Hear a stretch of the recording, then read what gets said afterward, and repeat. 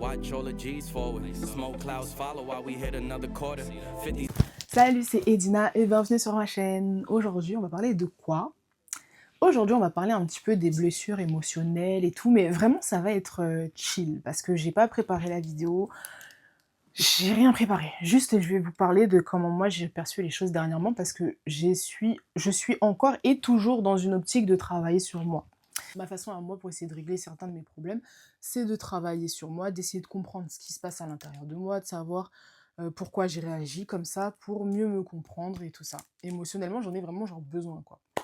Et donc aujourd'hui, je parle des blessures émotionnelles, pourquoi? Parce que j'allais vous parler par rapport à la dépendance affective.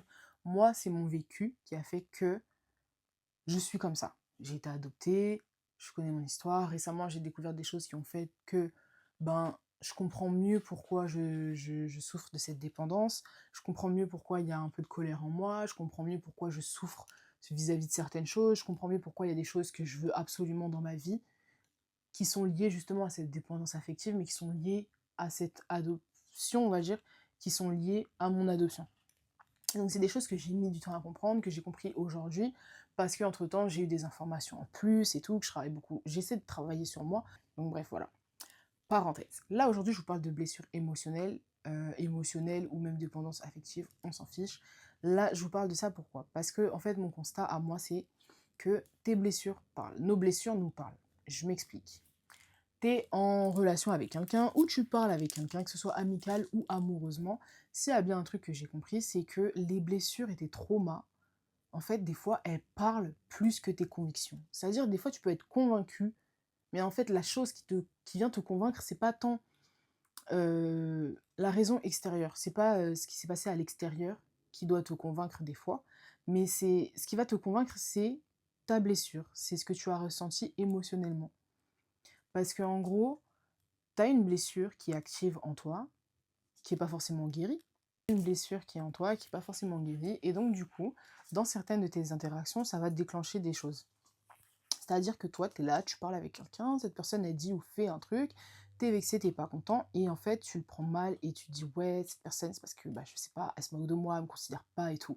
Alors que cette personne, ça se trouve, elle s'est arrêtée à très simple dans sa tête, c'est pas qu'elle te considère pas, c'est que juste à ce moment-là, il s'est passé ça, et c'était aussi simple que ça s'arrête là. Et en fait, c'est bien un truc que j'ai compris, c'est que des fois, c'est tes blessures, elles parlent, elles crient. Si t'as souffert, par exemple, de tromperie, que t'es devenu jaloux ou jalouse, là, tu vas rentrer dans une relation et cette personne, elle va avoir un comportement qui te rappelle tout simplement un événement passé avec la personne qui t'a trompé. Eh bien, tu vas être convaincu sûr de sûr que cette personne te trompe. Pourtant, c'est faux. Mais ta blessure, elle te parle. En fait, elle va tellement parler à ton être. C'est comme si vous étiez deux. C'est comme si à ce moment-là, vous étiez deux.